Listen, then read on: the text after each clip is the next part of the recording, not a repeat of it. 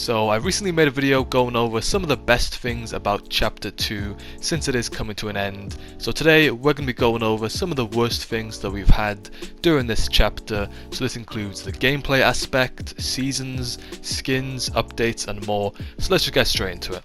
So the first point is the lack of map updates. I feel like with this chapter, even though we received a complete new map to play on, which was amazing, I feel like the map didn't change that much throughout the chapter. So if you compare the Chapter 1 Season 1 map with the Chapter 1 Season 8 map, you can see a huge difference on screen. You know, so many new biomes, so many new locations, and overall big changes. Now if you compare the Chapter 2 Season 1 map to the Chapter 2 Season 8 map, you can see in this chapter, within those 8 seasons, the map definitely didn't develop as much. Not really any new biomes at all, to be honest, and pretty much most of the locations have been the same, and we haven't really received that many new changes overall. And I feel like this definitely has had an impact on the gameplay side of the game, but hopefully in Chapter 3 this changes and we see the map get developed a lot more and it should be good. Now on to the next point, I want to talk about the lack of new content. I feel like this chapter, even though there has been so many amazing things about it, I feel like the lack of content has definitely been one of the worst things from this chapter. So back in Chapter 1 we'd always be getting weekly updates with patch notes telling us about the new weapon or new item, but this chapter we haven't really received as much, especially during the first few seasons of this chapter. So for example, Chapter 2 Season 1, as you all know, it got extended and it kept on getting delayed, and it actually ended up lasting over 4 months, so it was one of the longest seasons ever. Same with Chapter 2 Season 2 as well, that also lasted 4 months compared to the usual 2 months in which a Fortnite season usually is.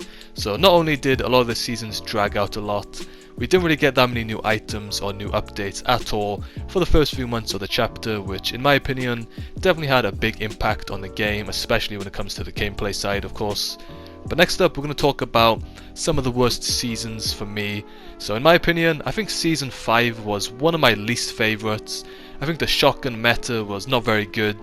The gameplay side wasn't my favourite with the sand, even though it was quite a unique feature with the sand tunneling.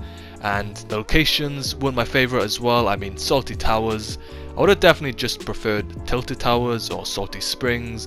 Again, I do respect it was something different, but I just didn't really enjoy it as much, especially compared to some of the other seasons. It was definitely one of my least favourites. Also, Season 7 as well was probably another one of the seasons that I didn't enjoy as much, which might be controversial because I know a lot of people definitely enjoyed this, but for me, I wasn't really a huge fan of the UFO spam, especially with customs, as you can imagine, but the alien weapons as well, I didn't really like those. And this was one of the seasons which actually lacked the most in map updates compared to any of the others throughout the chapter, so I feel like that definitely had an impact on the gameplay side when it comes to Season 7, so for me, I wasn't really a huge fan of those two. Next up we're going to be talking about collabs. Now I mentioned in my previous video going over the best things in Chapter 2 that the collabs were a highlight of this chapter, which I still stand by, but I feel like towards the end of this chapter we have received a lot of forced collabs and it may have been a bit too much.